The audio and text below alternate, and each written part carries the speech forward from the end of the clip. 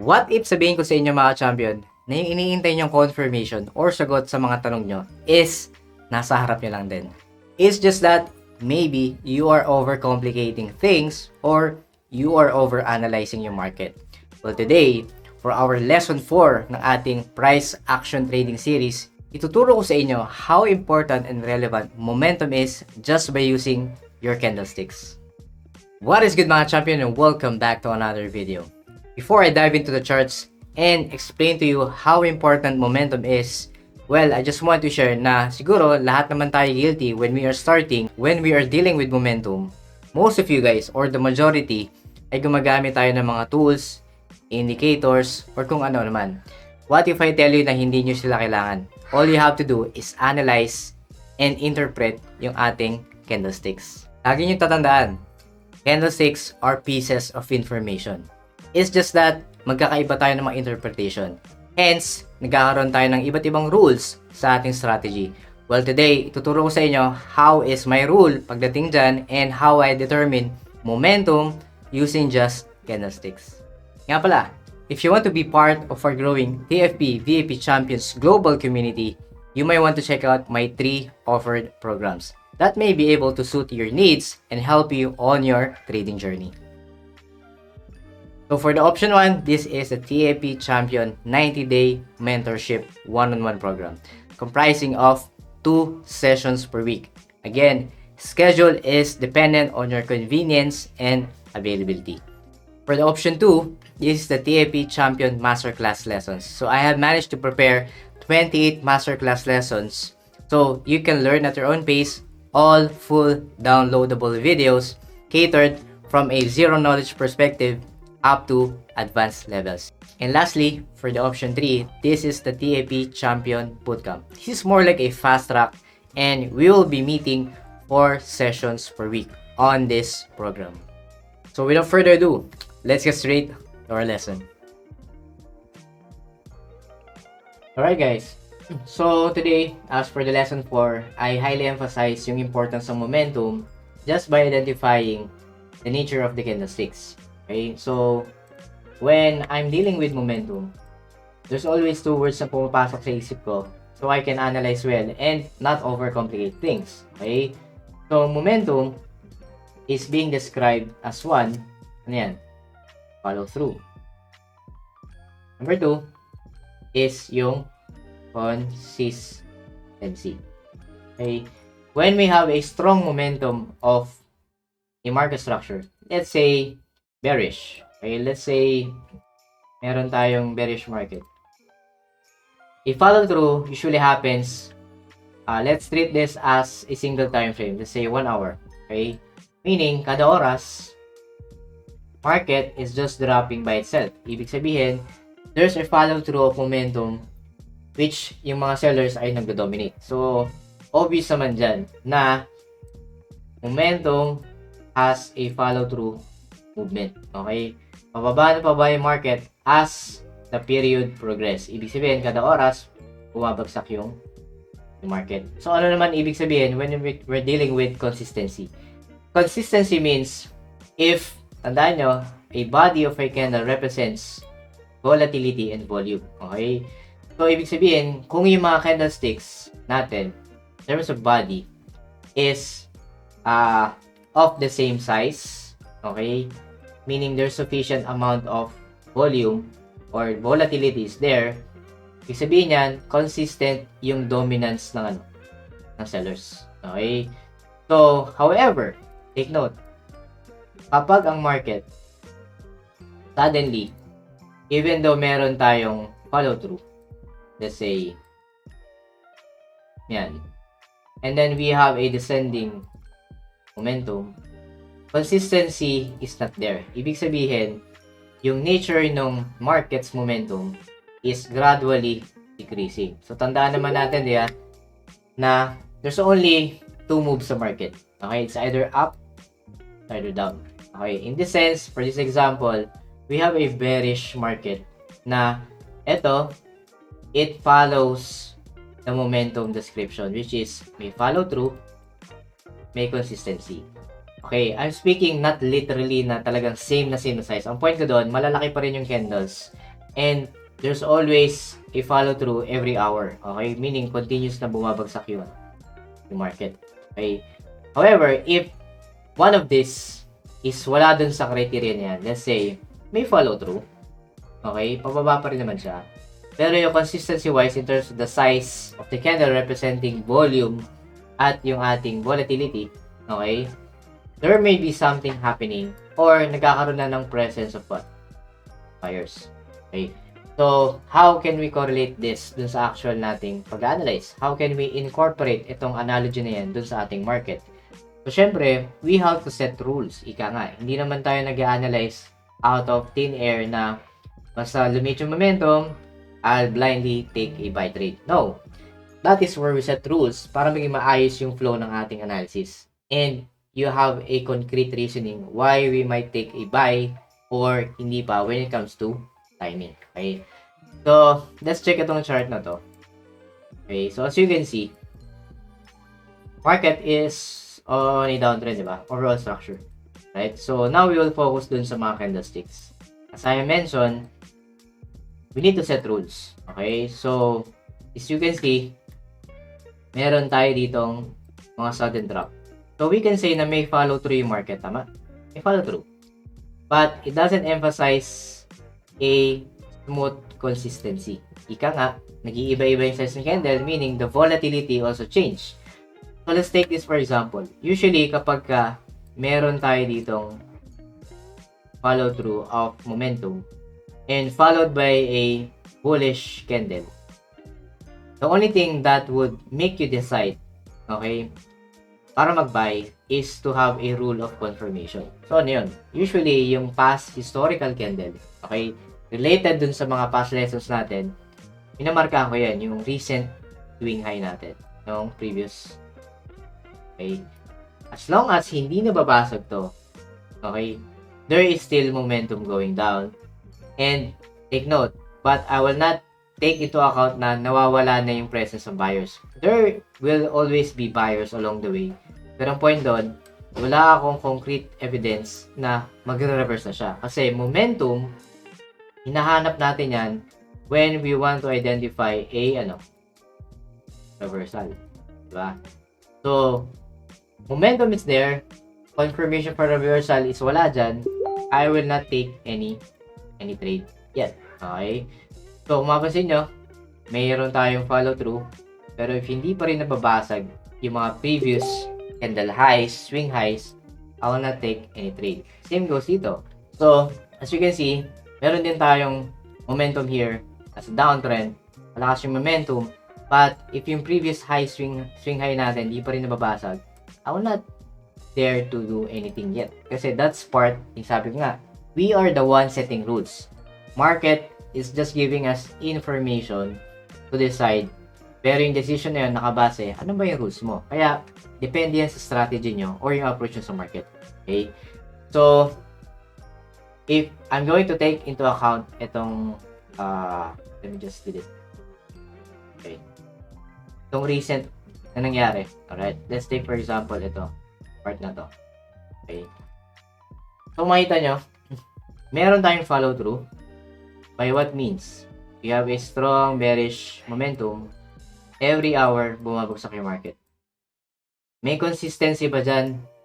Yun yung questionable. Kasi, makikita nyo, kada strong momentum ni market pababa, nagkakaroon tayo ng halt. May pause, di ba? Lumiliit yung volume at that point. And then, babalik na naman, lumiliit yung momentum at that point. So, dun pa lang, magkaroon ka na ng clue na or idea that there will be buyers trying to sneak in. Ibig sabihin, there will always be presence ng buyers. It's just that, how are we guarantee na magre-reverse siya? We need to set rules. Sabi nga, my rules are simple. I need to break through the previous high nung bearish momentum na yon. So, let's take for example, ito yung ating previous high. Okay? So, dalawang bearish, so definitely, around here, diba? So, almost pantay naman sila dun sa isang walang wick. But roughly, we can see na ito yung yung kailangan nating target. Okay? So, if this would continue to go down, that means this is not the area of reversal yet. So that's part ng rule ko. So walang break of the previous high, I will not do anything. Meaning the momentum is still there. So take note, I'm speaking on behalf of a reversal, reversal move or a pullback. Okay, in this case. So I just have to wait. So that time, another candle form. Ibig sabihin, dito na ko sinasabi na even though may follow through, if the size or volume ng candles in terms of the body is not consistent, buyers can sneak in. And yun na nga yung nangyari. Nagkakaroon tayo ng buyers. But this is not enough information para masabi mo na, okay, mag-reverse ng market. That's why some of you guys, nag-incorporate kayo ng iba't ibang indicators, lagging indicators, or kahit anong momentum indicators. Kaya ang point ko doon, you don't need that. You just have to do is interpret what the candlesticks are telling you. Okay? So, doon magkakantalo sa interpretation. So, ngayon, my rule is simply, kailangan lumabasag to para magkaroon tayo naman ng follow through of this bullish candle. Again, we need one criteria which is a follow through. So, if this market would break through my previous bearish momentum, okay, then that would make me have an interest sa pumasok sa market. Alright? So, nangyari dito?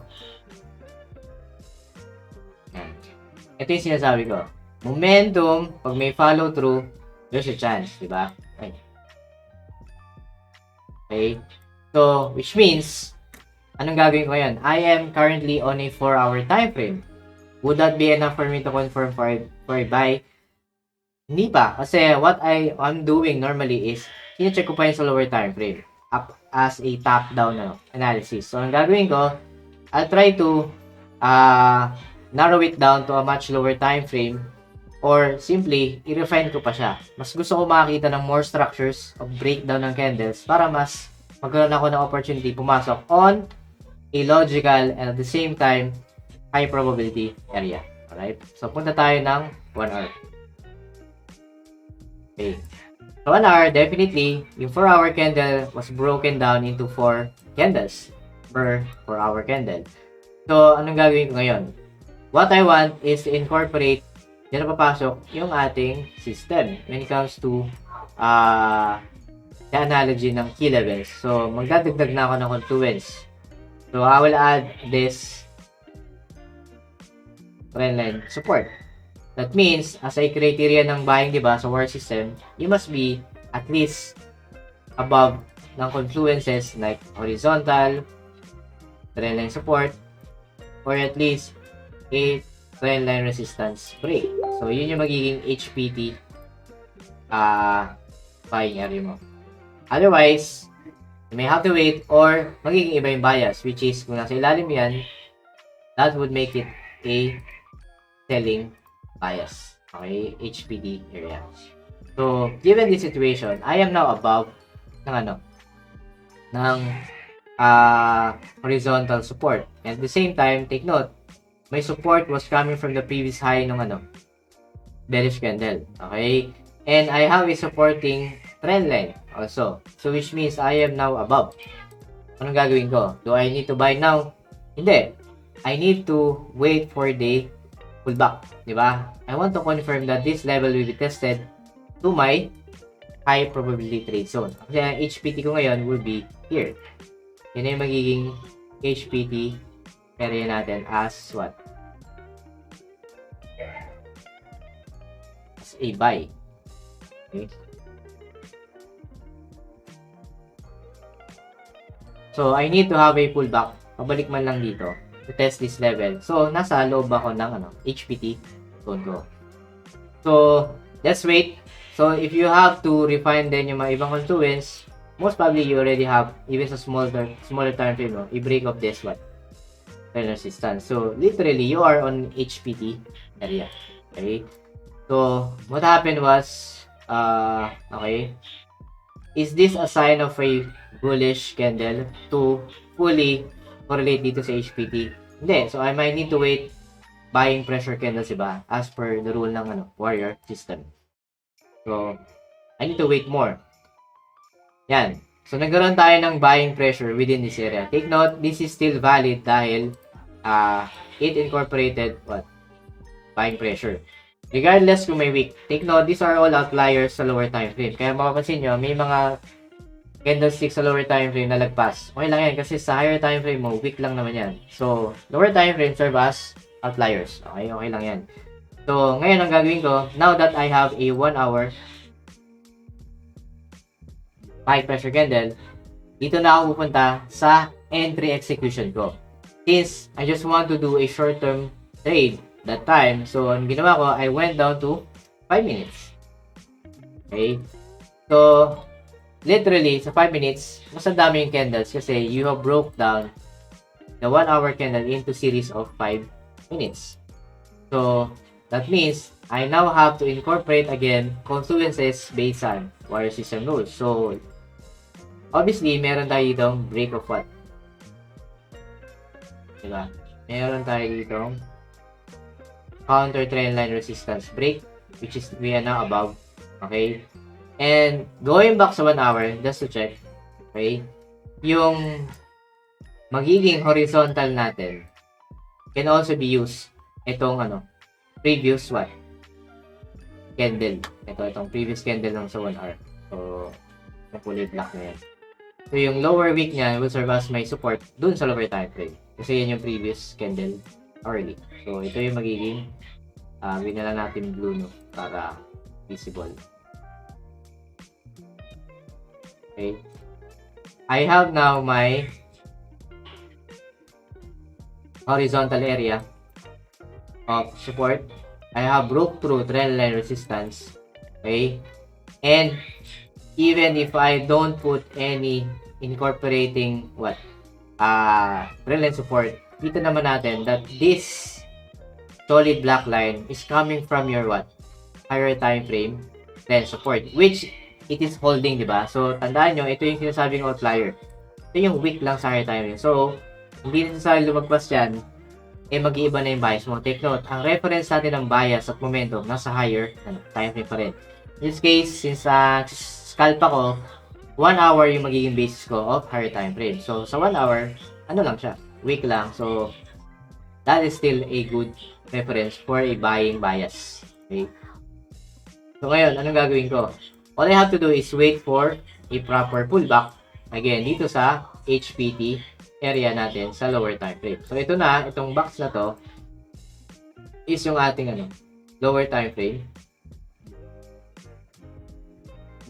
area of buying opportunity. Okay?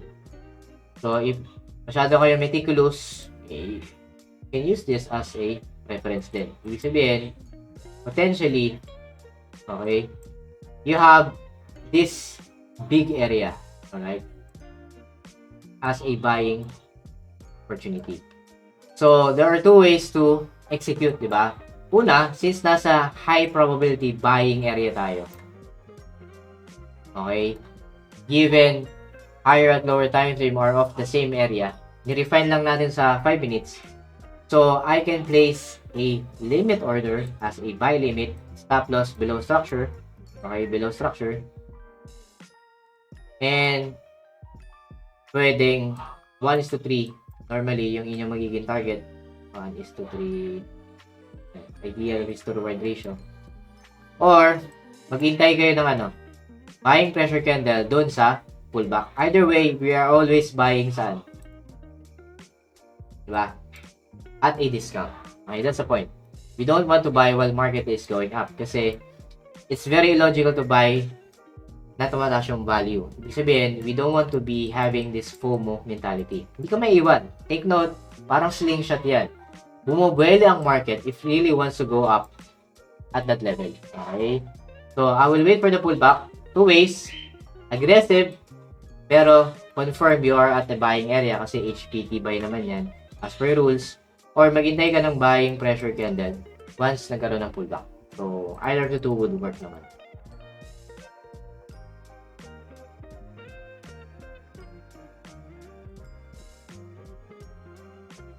Okay. You have one clear buying pressure. Ayan. Okay. So meaning, either way will be triggered. So let's say dito ka nag-entry. Okay, iayos natin to. Okay. Kasi hindi tayo buy limit. Okay, instant execution. We entered right after the following candle. So let's just adjust our take profit into 1 to 3.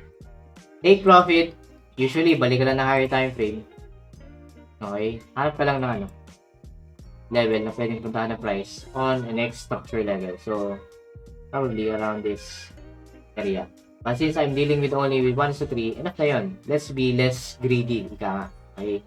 Less is more, but be more consistent and logical. Okay? Let's say yan yung ating entry. So, dapat naka-instant execution ka na dito considering of course, sa calculation nyo ng risk, yung spread, this and that, and yung ating stop loss. And let's see what happened.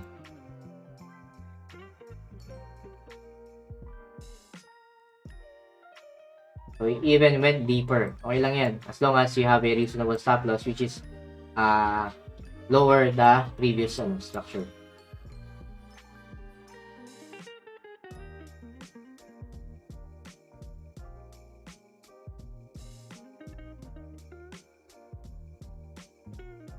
Ayun.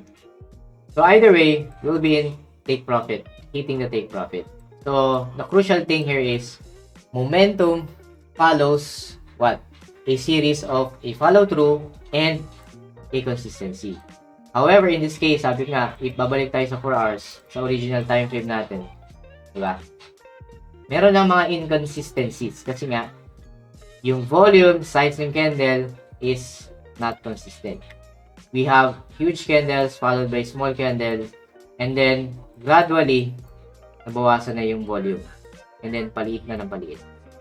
So that means, meron ng presence ng ng buyers. That's my point. You don't have to incorporate any indicators, laging indicators tools para masabi na yung momentum is wala na doon. Lagi nyo natandaan itong concept of what? Follow through and consistency. There may be follow through, then mas maganda. Okay? Ibig sabihin yan, consistent yung trend ng market na pababa. So, follow through with almost the same size of candles. Not perfect, pero alam mo, malalaki pa rin yung volume ng candles. As compared to may follow through, as time goes by, pababa pa rin, pero may inconsistency na. Ibig sabihin, hindi na almost pareho or paliit na yung size ng body.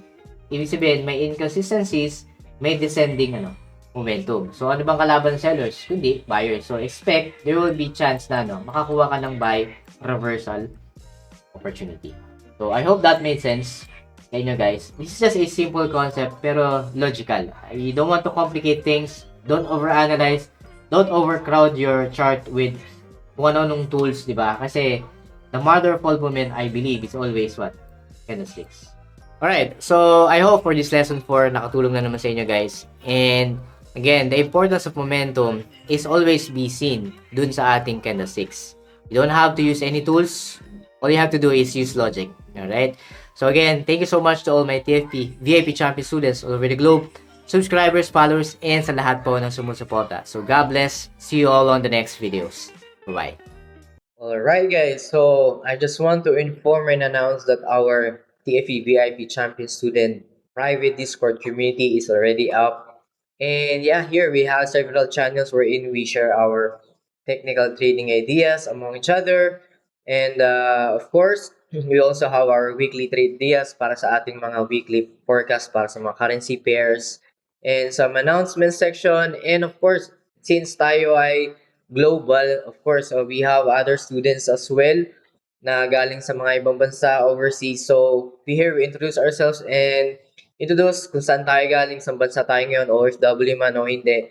But nevertheless, this is a healthy community para mag-share ng mga trading ideas para sa inyo guys. And hopefully, I will be putting up a server publicly para sa mga baguhan naman and those mga followers and subscribers natin. Alright? So yeah, this is just a minor announcement and hopefully guys, you can join us and make this community grow lalo na sa ating mga estudyante nag-aaral. Alright guys, so mga baguhan pa lang but nevertheless, Everyone here wants to learn, wants to make profits from the market, but as much as possible, we're all equal in the eyes of the market. All right, guys. So that would be it. So yun lang, and thank you very much. All right, bye bye.